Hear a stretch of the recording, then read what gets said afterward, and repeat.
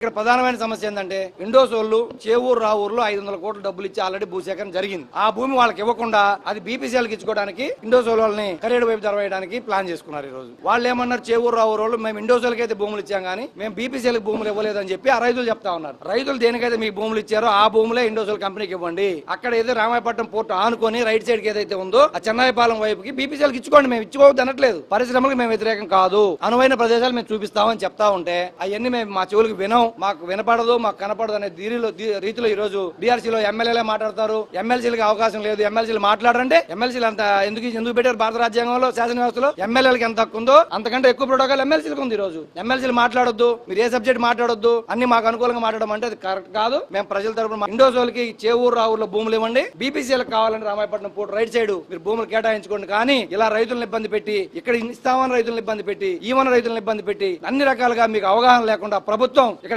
డిపార్ట్మెంట్లకి ప్రభుత్వానికి రైతులకి మధ్యలో అవగాహన లేదు. రైతులు ఏదైతే కోరుకుంటున్నారో భూములు ఇస్తాం పరిశ్రమల కంటే మాకు అయ్యొద్దు, మేము వేరే కంపెనీలకు ఇస్తాం, మేము వద్దనే మేము తీసుకుంటాం అనే పరిస్థితుల్లో ఈ రోజు ప్రభుత్వం ఉంది. ఇది చాలా దుర్మార్గం.